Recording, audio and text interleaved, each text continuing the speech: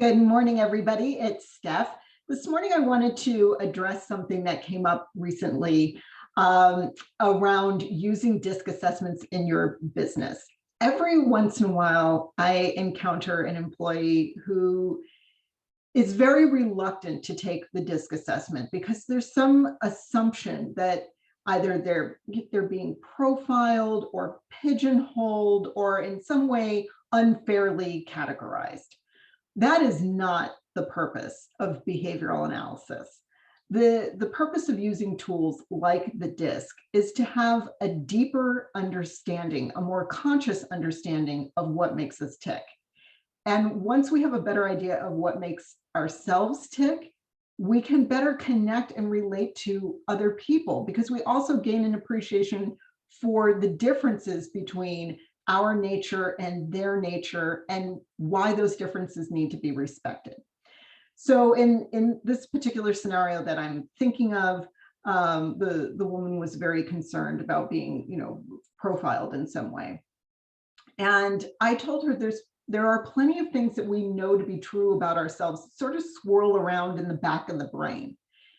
Taking something like the DISC assessment gives us a way to consciously articulate those things and stick them in the frontal lobe so that we can consciously articulate what our needs are, what our preferences are for communication, the ways in which we prefer to interact with people, the ways in which we prefer to engage in tasks. And that helps us develop roles within businesses for great employees who maybe aren't really thriving in the seat where they've been put, but they have all of these talents and interests that are completely untapped that had never really been consciously articulated before or consciously understood. And once we do, we can begin to modify these things to give them more room to breathe and to really thrive. And when your employees are happy and they feel successful and they feel engaged, think about the impact that that has on your business and just on the day-to-day joy. Yes, there could be joy of showing up for work and feeling like you're a part of something that you connect and resonate with. So that is the purpose of using behavioral analysis, is just to develop our understanding of ourselves and of one another, and to put ourselves in situations where we have the greatest likelihood of being happy and purposeful.